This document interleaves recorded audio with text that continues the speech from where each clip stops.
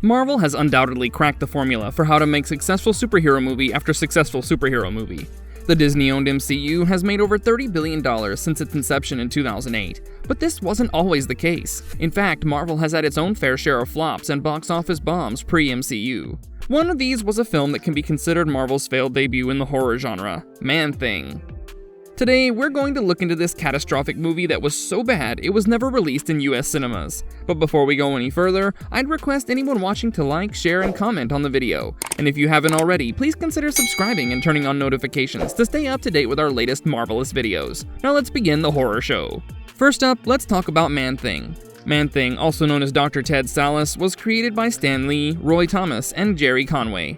Poor Dr. Sallis had a lab accident while trying to recreate the super soldier serum, and instead of becoming Captain America 2.0, he ended up as a giant swamp monster. Tough luck. He first showed up in Savage Tales No. 1 back in 1971, and interestingly enough, DC released their own swamp monster, Swamp Thing, the very same year. Now, powers-wise, Man-Thing is pretty weird. He has the basics like super strength, invulnerability, and some control over plants, but his real standout ability is that he's an empath. He can literally sense your emotions, and if he picks up fear from you, that's bad news. He lashes out, touches you, and burns you alive with a corrosive secretion that pours out of his body. That's why the comics had the famous tagline, "Whatever knows fear burns at the Man-Thing's touch." On top of all that, he also guards the nexus of all realities, which basically means that he can open portals between dimensions. Pretty overpowered if you ask me. All this information is very important, because if you did have the misfortune of watching the awful 2005 movie, you'll be quite perplexed as to why none of it was used. The film completely ignored this origin. Instead, Man-Thing becomes a vengeful Seminole chieftain named Ted Tallis, who was murdered by oil tycoon Fred Schist for opposing the desecration of the sacred swamplands called Dark Waters. This fundamental change from scientist to Native American spirit immediately alienated comic fans, and removed the character's unique scientific horror elements. The movie follows Sheriff Kyle Williams investigating a series of gruesome murders in the Louisiana Bayou, instead of the original Florida Everglades, discovering that the swamp monster kills anyone who threatens the sacred land. The plot, or lack thereof, is just your run-of-the-mill slasher horror film. It had the classic teens fooling around in the bayou and then getting killed by Man-Thing.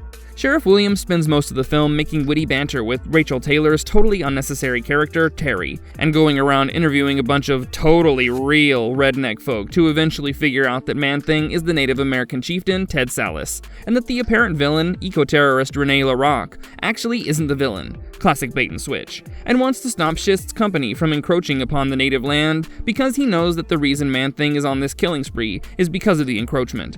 Why LaRocque felt the need to keep leaving cryptic clues for Sheriff Williams and not just tell him everything and save the lives of Man-Thing's victims is a question that will never be answered, I guess. The film butchers the powers of Man-Thing and misrepresents him as this Michael Myers-style cold-blooded psychopathic killer, instead of the empathic and intelligent creature he is.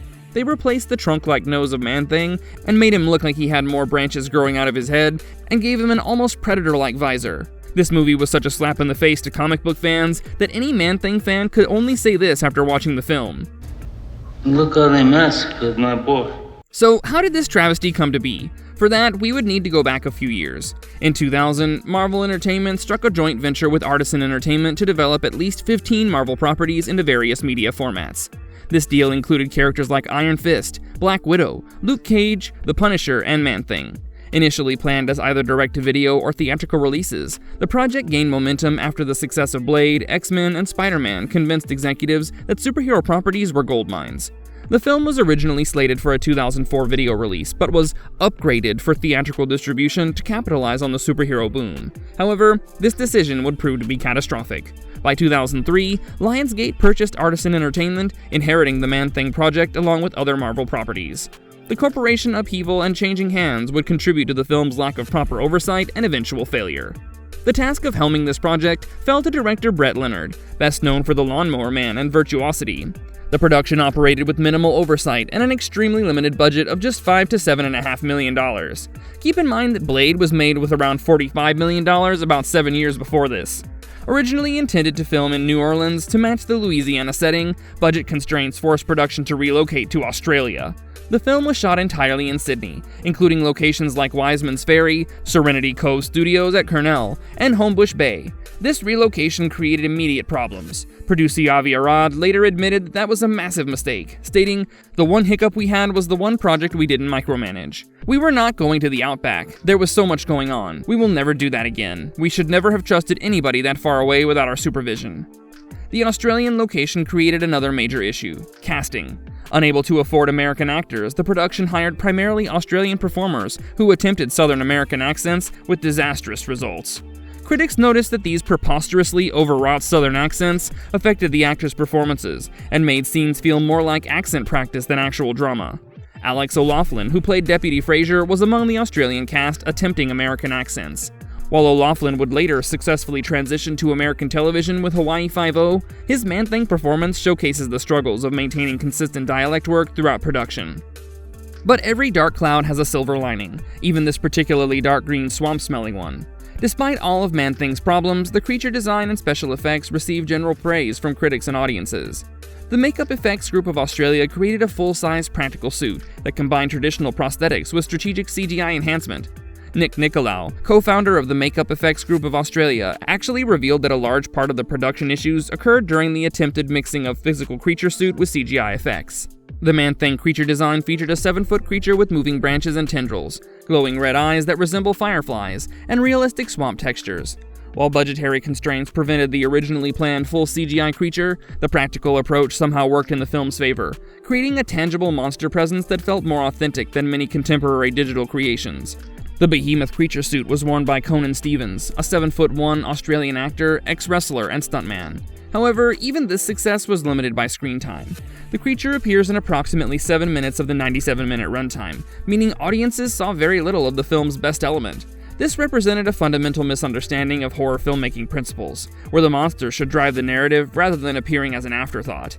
Man-Thing holds the dubious distinction of being one of the lowest-grossing Marvel films of all time. With zero domestic theatrical revenue and only 1.1 million worldwide, it sits far below other Marvel disappointments. For comparison, 2008's Punisher Warzone grossed $10 million worldwide, while 2019's Dark Phoenix managed $252 million, despite being considered a failure.